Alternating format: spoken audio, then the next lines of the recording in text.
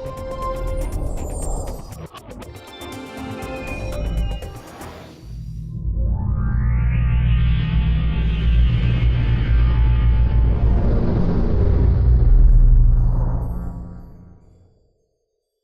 and welcome to official Xbox 360 Magazine's OXM report, and this week we're talking to Rare about Kinect Sports Season 2 and how the studio's future is tied to Kinect. Okay, so I'm here with Scott Henson, who's the studio head of Rare.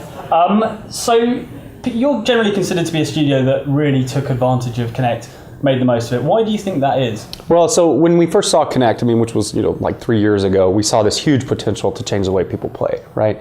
And if you look at the last 5+ years of Rare's history, the one common theme that you'll see is this consistent push towards innovation. And Kinect made tons of sense for the studio to jump on board and see how far we could take full body play. And Kinect feels like a completely different beast, even though the hardware is the same. Yeah. This year, it feels like people have really got to grips with it. What's changed for you guys in terms of Kinect development? Yeah, so this is the part that I get really excited about. Having been in software for so long, for the last couple of decades. This is why I talk about Kinect 2.0, because through the power of software and through services as well, we can continue to push the boundaries for what's possible. So you learn more about, okay, how far could we push this? Could we actually, last year we were throwing javelins as an example. This year we're throwing darts. Very different, right? Much more subtle movement with darts than it is with javelins. A year ago we weren't sure in software, okay, could we actually pull that off? What was the thinking behind the sports you chose for the first Kinect sports and the sports you've chosen for the second one?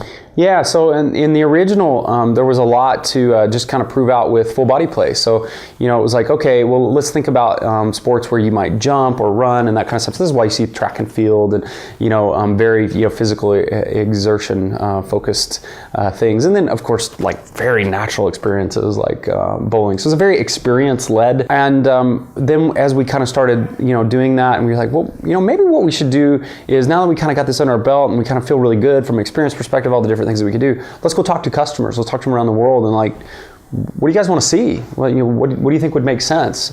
And this is where, and I kind of laugh. It's like, some people ask me, well, how did you come to darts, right? Like, how would you have come to that sport? Well, we went and talked to customers. You said, what do you want?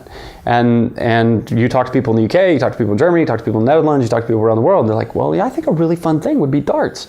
And that ultimately was from talking to people around the world is what led us to, season 2. That's fascinating that you guys, take a cue directly from the customers. What about something like golf, where I think previously Kinect has struggled with seeing people side on? Yeah.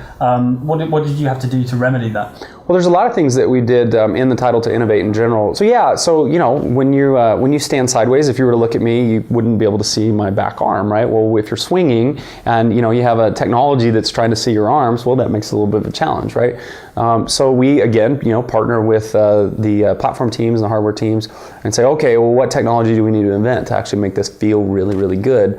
And literally for hundreds of millions of different body types and lighting conditions and all these sorts of things. And we've continued to innovate. A year ago, it was kind of like the darts conversation. Like, can we do this? Can we really get that subtle movement? Yeah, maybe we can. Keep working on it. Yes, we're there. And so it was a journey, right? It was a journey of innovation to get there. And baseball is very similar in that regard as well. So Kinect seems to be your main focus at the moment. Do you think that's the future of this studio? Is that where it's going sort of into the future? Yeah, well, the future, there's like this infinite future, right? And the thing I'll tell you from having worked on Xbox and Xbox Live and so many parts of what we've done over the last 10 years is we have this big, huge canvas with Kinect. It's barely tapped, right? I mean, you can see kind of where we were a year ago when we set the bar. You can see what we're doing this year when we're raising the bar with voice recognition and new ways to do gestures and new ways to play like challenge play. I think we're going to continue to innovate and push the limits because I think there's a lot left to do.